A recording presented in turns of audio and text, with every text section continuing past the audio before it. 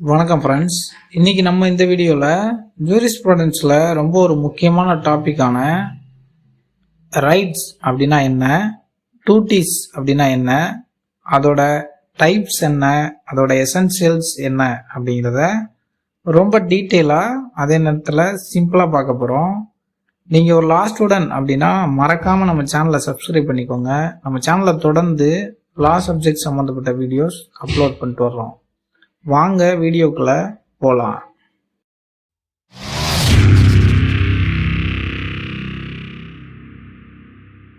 First நம்ம ரைட்னா என்ன அப்படின்னு பார்த்தோம்னா, ஜூரிஸ்ப்ருடென்ஸில் ரைட் அப்படிங்கிறது ரொம்ப ஒரு முக்கியமான ஒரு டாப்பிக்காக இருக்குது.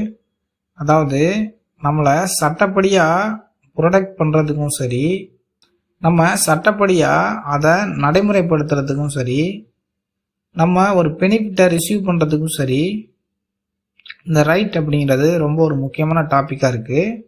சால்மன் ரைட்டை பற்றி என்ன சொல்கிறாரு அப்படின்னா, சட்டத்தால் அங்கீகரிக்கப்பட்டு மற்றும் பாதுகாக்கப்பட்ட ஒரு நலனே உரிமை அப்படின்னு சால்மன் சொல்கிறாரு. இப்போது உதாரணமாக பார்த்தோம் அப்படின்னா, இப்போ ஏங்கிற ஒரு நபர் அவருக்கு சொந்தமாக ஒரு நிலம் இருக்குது அப்படின்னா, அந்த நிலத்தை அவர்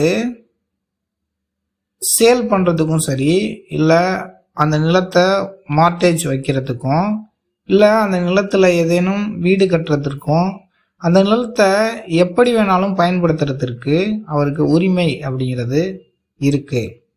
இப்போது அவர் நிலத்துக்கு பக்கத்துலேயே இன்னொரு நபர் இருக்கார் அப்படின்னா, அவர் அந்த ஏயோட அனுமதி இல்லாமல் ஏயோட நிலத்துக்குள்ளே வர முடியாது.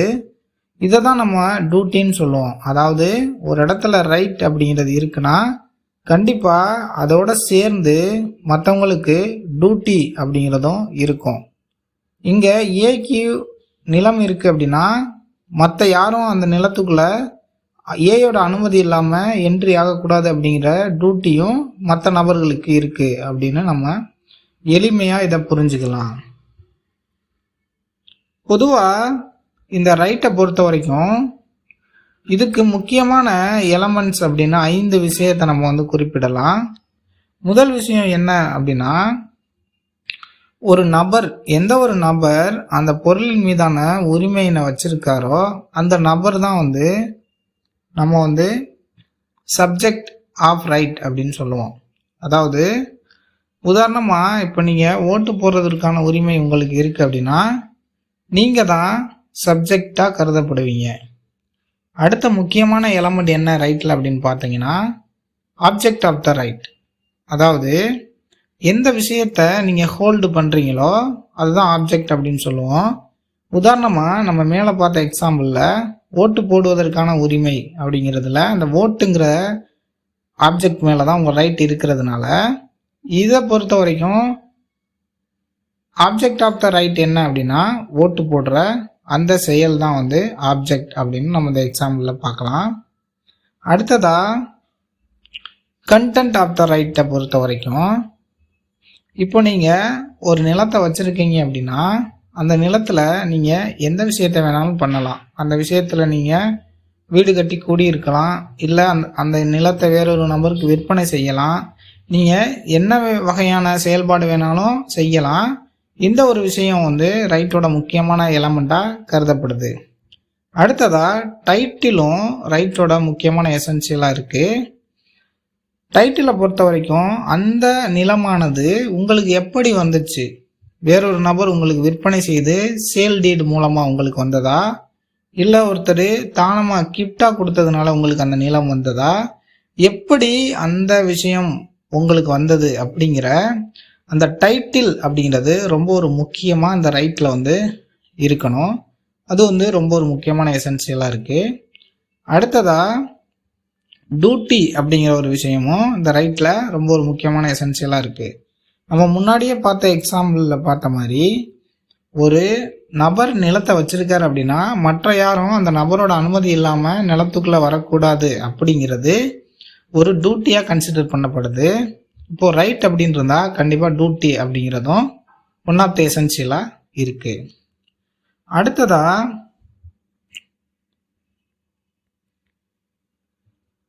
ஏன் வந்து நமக்கு ரைட்ஸ் அப்படிங்கிறது ரொம்ப ஒரு முக்கியமான ஒரு விஷயமா நம்ம கருதணும் அப்படின்னு பார்த்தோம்னா, இப்போ எல்லா லீகல் சிஸ்டத்துக்குமே ரைட் அப்படிங்கிறது ரொம்ப ஒரு முக்கியமான ஒரு டாப்பிக்காக இருக்கு.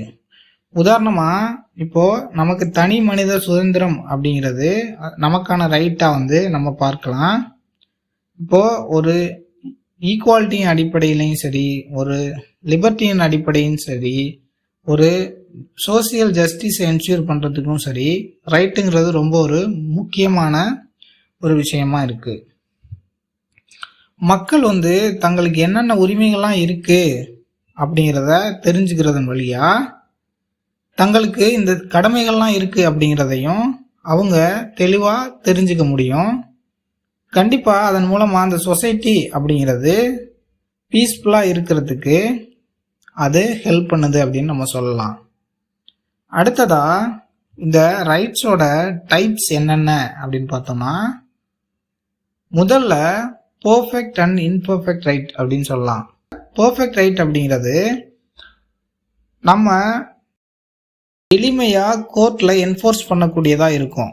நம்ம மேல நமக்கு அந்த ரைட்டானது வயலேட் ஆகிடுது அப்படின்னா அதை நம்ம எளிமையா நீதிமன்றத்தில் என்ஃபோர்ஸ் பண்ணக்கூடியதா இந்த பர்ஃபெக்ட் ரைட்டை பொறுத்த வரைக்கும் இருக்கும்.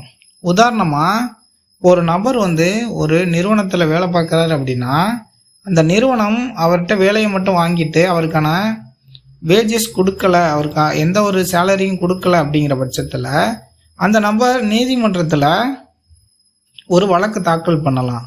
இதை தான் நம்ம அவருக்கு அந்த வேலை செய்தால் ஊதியம் பெறணும் அப்படிங்கிற அந்த ரைட் இருக்கிறதுனால அவர் அதை தாக்கல் பண்ண முடியும். இதை தான் நம்ம பர்ஃபெக்ட் ரைட் அப்படின்னு சொல்லலாம். அடுத்ததா இம்பர்ஃபெக்ட் ரைட். இந்த இன்பர்ஃபெக்ட் ரைட்டை பொறுத்த வரைக்கும் இதை நம்ம நீதிமன்றத்தில் என்ஃபோர்ஸ் பண்ண முடியாது. ஏங்கிற ஒரு நபர் பிங்கிற ஒரு நபர்கிட்ட 10 வருஷத்துக்கு முன்னாடி ஒரு பணத்தை வந்து வாங்குறாரு. ரொம்ப வந்து இந்த ஏங்கிற நபர் திரும்ப திரும்ப அவர்கிட்ட கேட்குறாரு. அவர் எந்த ஒரு பணத்தையும் திரும்ப தர்ற மாதிரி இல்லை. அப்போ அந்த ஏங்கிற நபர் வந்து அந்த பணம் திரும்ப வராதுன்னு சொல்லிட்டு எந்த ஒரு லீகல் ஆக்ஷனும் எடுக்கல, அவர் விட்டுறாரு. அப்படிங்கிற பட்சத்தில் 10 வருடம் கழித்து பிங்கிற நபர் அந்த நபருக்கு அந்த பணத்தை திரும்ப கொடுக்குறாரு. அப்படிங்கிற சூழ்நிலையில் இதை நம்ம இன்பர்ஃபெக்ட் ரைட்டாக சொல்லுவோம். ஏன் அப்படின்னா பொதுவாக அந்த ஒரு பணம் தொடர்பான நீதிமன்றத்தில் வழக்கு தாக்கல் பண்ணும் பொழுது அதற்குன்னு ஒரு லிமிட்டேஷன் பீரியட் வந்து இருக்கும். அந்த லிமிட்டேஷன் பீரியடை தாண்டும் பொழுது நம்மளால் நீதிமன்றத்தில் வழக்கு தாக்கல் செய்ய முடியாது. இப்போது இந்த சூழ்நிலையில் அந்த ஏங்கிற நபர் பிங்கிற நபர்கிட்ட பணத்தை கொடுக்குறாரு அப்படின்னா இதை வந்து நம்ம இன்பர்ஃபெக்ட் ரைட்டாக வந்து கன்சிடர் பண்ணுவோம். இதை நம்ம லீகலாக என்ஃபோர்ஸ் பண்ண முடியாது. ஆனால் அவருக்குன்னு மனசாட்சியின் அடிப்படையில் அந்த ஏ வந்து பி கிட்ட வாங்கின பணத்தை திருப்பி கொடுக்கணும் அப்படிங்கிற எண்ணத்தில் அவர் அதை கொடுப்பாரு. அடுத்ததான் நம்ம ரெண்டாவது டைப்பான பாசிட்டிவ் அண்ட் நெகட்டிவ் ரைட்ஸை பற்றி பார்க்கலாம். பாசிட்டிவ் ரைட்ஸ் அப்படிங்கிறது நம்ம ஒரு விஷயத்தை செய்கிறதுக்கோ அல்லது பெறுறதுக்கோ உண்டான உரிமையை வந்து குறிக்குது. உதாரணமாக ரைட் டு எஜுகேஷனை பொறுத்த வரைக்கும் நம்ம இந்தியன் கான்ஸ்டியூஷனில் ஆர்டிக்கிளில் மென்ஷன் பண்ண மாதிரி எல்லாருக்குமே கல்வி அப்படிங்கிறது ஒரு ஃபண்டமெண்டல் ரைட்டாக கன்சிடர் பண்ணப்படுது. அதே போல் ரைட் டு ஹெல்த் கேரும் ஒரு ரைட்டாக வந்து கன்சிடர் பண்ணப்படுது.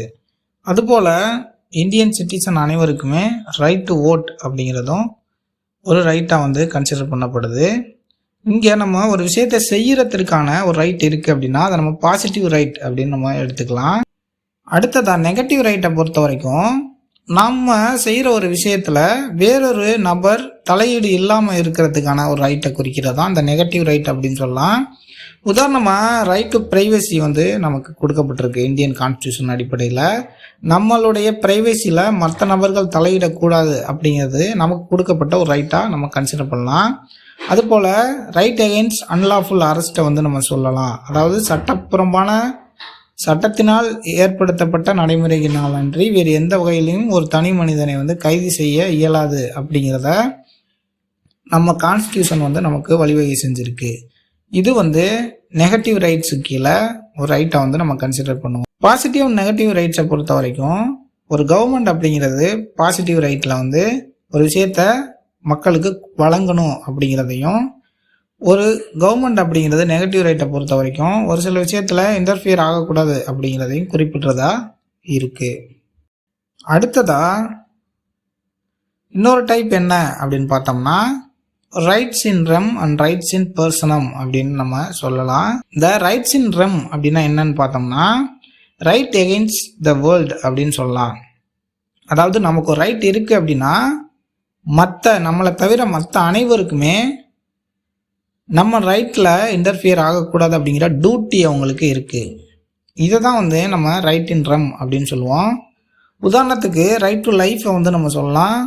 நம்ம எப்படி வாழணும் அப்படிங்கிறது நமக்கான அது உரிமை. மற்றொரு நபர்கள் வேறு எந்த ஒரு நபருமே அதற்குள்ளே தலையிடுவது முடியாது. அதுபோல் right to not be assaulted, அதாவது மற்ற ஒரு நபர் நம்மளை அசால்ட் பண்ணக்கூடாதற்கான ரைட் நம்மக்கிட்ட இருக்குது.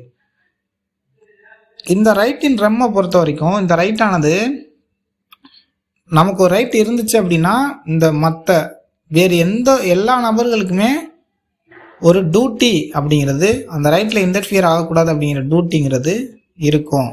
அடுத்ததாக ரைட் இன் பர்சன் நம்ம பொறுத்த வரைக்கும் நம்ம முன்னாடியே பார்த்த ரைட் இன் ரெம்மில் அந்த ரைட்டானது ஒரு நபருக்கு இருக்கும் பட்சத்தில் டியூட்டியானது இந்த வேர்ல்டுக்கும் இருக்கும் அப்படின்னு நம்ம பார்த்தோம். இங்கே ரைட் இன் பர்சன் நம்ம பொறுத்த வரைக்கும் ஒரு தனிப்பட்ட நபர்களுக்கு இடையில் இருக்கிற ரைட்டை நம்ம ரைட் இன் பர்சனம் அப்படின்னு சொல்லலாம். உதாரணத்துக்கு இப்போது ஏ அண்ட் பி 2 பேரும் ஒரு கான்ட்ராக்டில் கையெழுத்து போட்டு அவங்க 2 பேரும் ஒரு கான்ட்ராக்டில் ஈடுபடுறாங்க அப்படிங்கிற சூழ்நிலையில் இப்போ ஏங்கிற நபர் அந்த கான்ட்ராக்டின் படி ஒரு செயலை செய்யாமல் இருக்கிறார் அப்படின்னா பிக்கு அந்த ஏங்கிற நபர் மேலே வழக்கு தாக்கல் செய்யப்படுவதற்கான ரைட் இருக்குது. இப்போது பிங்கிற நபர் ஏங்கிற நபர் மீது மட்டும்தான் அதை செயல்படுத்த முடியுமே தவிர இந்த ரைட் மற்ற அனைவருக்கும் மீதானதாக இருக்காது. ஒரு பர்சன்களுக்கு இடையான ஒரு குறிப்பிட்ட நபர்களுக்கு இடையான ரைட்ஸை தான் ரைட் இன் பர்சனம் அப்படின்னு நம்ம சொல்லுவோம். அதுக்கு இன்னொரு உதாரணம் அப்படின்னு பார்த்தோம்னா இப்போ நம்ம ஒரு லோன் வாங்குகிறோம் அப்படின்னா அதை திரும்ப பே பண்ணணும். யார்கிட்ட நம்ம லோன் வாங்கினோமோ அவங்கள்ட்ட மட்டும்தான் பே பண்ணணும். அந்த லோன் கொடுத்த நபருக்கு நம்மக்கிட்ட இருந்து மட்டும்தான் அந்த லோனை ரெக்கவர் பண்ணுறதுக்கான ரைட் அப்படிங்கிறது இருக்குது.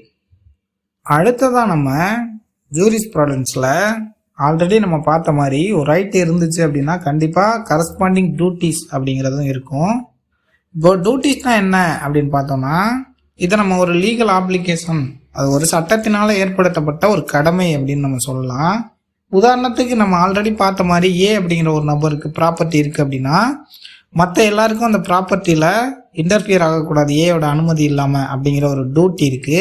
இதை தான் நம்ம டியூட்டி அப்படிங்கிறத சொல்லலாம். டியூட்டியை பொறுத்த வரைக்கும் நம்ம 2 விஷயத்தை கருத்தில் கொள்ளணும். ஒன்று என்னென்னா இந்த டியூட்டியை பொறுத்த வரைக்கும் ஒரு விஷயத்தை நம்ம செய்யணும், அதே நேரத்தில் ஒரு குறிப்பிட்ட விஷயத்தை செய்யக்கூடாது அப்படிங்கிறத குறிப்பிடுறது கடமை அப்படின்னு நம்ம சொல்லலாம். இந்த டியூட்டியோட டைப்ஸ் என்ன அப்படின்னு பார்த்தோம்னா பர்ஃபெக்ட் அண்ட் இன்பர்ஃபெக்ட் டியூட்டி அப்படின்னு நம்ம சொல்லலாம். பர்ஃபெக்ட் டியூட்டியை பொறுத்த வரைக்கும் இதை நம்ம ஆல்ரெடி பார்த்த மாதிரி ரைட்டில் என்ன மாதிரி பார்த்தோமோ அதே மாதிரி பர்ஃபெக்ட் டியூட்டியை பொறுத்த வரைக்கும் நம்மளால் கோர்ட்டில் என்ஃபோர்ஸ் பண்ண முடியும். நம்ம அந்த டியூட்டியை பண்ணுறதுக்கு தவறிட்டோம் அப்படின்னா கோர்ட் நம்மளை பனிஷ் பண்ணுறதுக்கோ அல்லது காம்பன்சேஷன் நம்ம மேலே போடுறதுக்கோ வாய்ப்புகள் இருக்குது. உதாரணமாக ஒரு லோன் வாங்கிட்டு நம்ம அதை திரும்ப கட்டுறது அப்படிங்கிறது நம்மளோட டியூட்டி. அதை நம்ம செய்யலை அப்படின்னா அந்த கடன் கொடுத்த நபர் நம்ம மீது வழக்கு தாக்கல் செய்யலாம். அடுத்ததாக இன்பர்ஃபெக்ட் டியூட்டியை பொறுத்த வரைக்கும் இது மாரல் டியூட்டி அப்படின்னு நம்ம அழைக்கலாம். இதை நம்ம கோர்ட்டில் என்ஃபோர்ஸ் பண்ண முடியாது. ஒரு அடிப்படையில் ஒரு ஏழைகளுக்கு நம்ம உதவு செய்கிறது அப்படிங்கிறது ஒரு இம்பர்ஃபெக்ட் டியூட்டியாக நம்ம கன்சிடர் பண்ணலாம். அடுத்ததாக பாசிட்டிவ் அண்ட் நெகட்டிவ் டியூட்டி அப்படின்னு வகைப்படுத்தப்பட்டிருக்கு. இந்த பாசிட்டிவ் டியூட்டியை பொறுத்த வரைக்கும் கண்டிப்பாக நம்ம ஒரு விஷயத்தை செய்யணும் அப்படிங்கிறத குறிப்பிட்றது தான் பாசிட்டிவ் டியூட்டி. உதாரணத்துக்கு நம்ம எல்லாரும் டேக்ஸ் பே பண்ணணும் அப்படிங்கிறது பாசிட்டிவ் டியூட்டியாக நம்ம எடுத்துக்கலாம். நெகட்டிவ் டியூட்டியை பொறுத்த வரைக்கும் நம்ம ஒரு விஷயத்தை செய்யக்கூடாது அப்படின்னு குறிப்பிட்றது நெகட்டிவ் டியூட்டி அப்படின்னு சொல்லலாம். இப்போ நம்ம மற்றவங்களுடைய பொருளை திருடக்கூடாது அப்படிங்கிறது ஒரு நெகட்டிவ் டியூட்டியாக நம்ம கன்சிடர் பண்ணலாம். அடுத்ததாக லீகல் அண்ட் மாரல் டியூட்டி அப்படின்னா என்னன்னா லீகல் டியூட்டியை பொறுத்த வரைக்கும் சட்டத்தின் உட்பட்டு அது ஏற்படுத்தப்பட்டிருக்கும். நீதிமன்றத்தில் நம்ம அதை என்ஃபோர்ஸ் பண்ண முடியும். உதாரணத்துக்கு நம்ம பைக்கில் ரைட் பண்ணுறோம் அப்படின்னா ஹெல்மெட் போடணும் அப்படிங்கிறது ஒரு லீகல் டியூட்டியாக நம்ம கன்சிடர் பண்ணலாம். மாரல் டியூட்டியை பொறுத்த வரைக்கும் இது வந்து ஒரு எத்திக்ஸின் அடிப்படையிலையும் சரி, ஒரு குட் கன்சியன்ஸின் அடிப்படையிலையும் சரி இது வந்து கருதப்படுது. உதாரணமாக பெரியவங்களை மதிக்கணும் அப்படிங்கிறது நம்ம வந்து ஒரு மாரல் டியூட்டி அப்படின்னு எடுத்துக்கலாம். அடுத்ததாக ஒரு டைப் என்ன டியூட்டியை பொறுத்த வரைக்கும் அப்படின்னா பிரைமரி அண்ட் செகண்டரி டியூட்டி அப்படின்னு சொல்லலாம். பிரைமரி டியூட்டியை பொறுத்த வரைக்கும் நார்மலாக அது எக்ஸிஸ்டில் இருக்கும். அதாவது மற்றவங்கள நம்ம காயப்படுத்தக்கூடாது அப்படிங்கிறது நம்மளோட பிரைமரி டியூட்டியாக இருக்கும். செகண்டரி டியூட்டியை பொறுத்த வரைக்கும் பிரைமரி டியூட்டி அப்படிங்கிறது எங்கே வயலேட் ஆகுதோ அப்போ அந்த செகண்டரி டியூட்டி அப்படிங்கிறது உருவாகும். உதாரணம் பார்த்தோம் அப்படின்னா இப்போ நம்ம மற்றொருவருடைய பொருளை சேதப்படுத்தக்கூடாது அப்படிங்கிறது நம்மளோட பிரைமரி டியூட்டியாக இருக்கும். தவறுதலாக அவருடைய பொருளை நம்ம சேதப்படுத்திட்டோம் அப்படிங்கிற சூழ்நிலையில் நம்ம அதற்குண்டான இழப்பீடை அந்த நபருக்கு கொடுக்கறது வந்து நம்மளோட செகண்டரி டியூட்டியாக கருதப்படுது. இந்த டியூட்டிஸ் வந்து ஏன் நமக்கு இம்பார்ட்டன்ட் அப்படின்னு பார்த்தோம்னா இந்த டியூட்டி இருக்கிறதுனால தான் இந்த சொசைட்டியில் நம்ம வந்து ஒரு சோசியல் ஆர்டரை மெயின்டைன் பண்ண முடியுது. இப்போ நமக்கு ஒரு ரைட் இருக்குது அப்படின்னா மற்றவங்களுக்கு அதுக்கான டியூட்டி இல்லை அப்படின்னா அந்த ரைட்டை வந்து நம்ம ஃப்ரீயாக வந்து என்ஜாய் பண்ண முடியாது.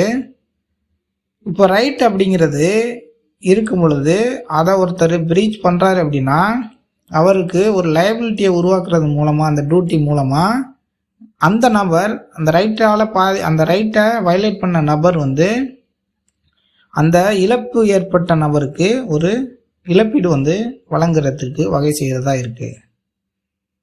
இது போல் இன்னும் பல வீடியோக்கள் நம்ம சேனலில் இருக்குது. தொடர்ந்து வாட்ச் பண்ணுங்கள். தேங்க்யூ ஃபார் வாட்சிங். Have a great day.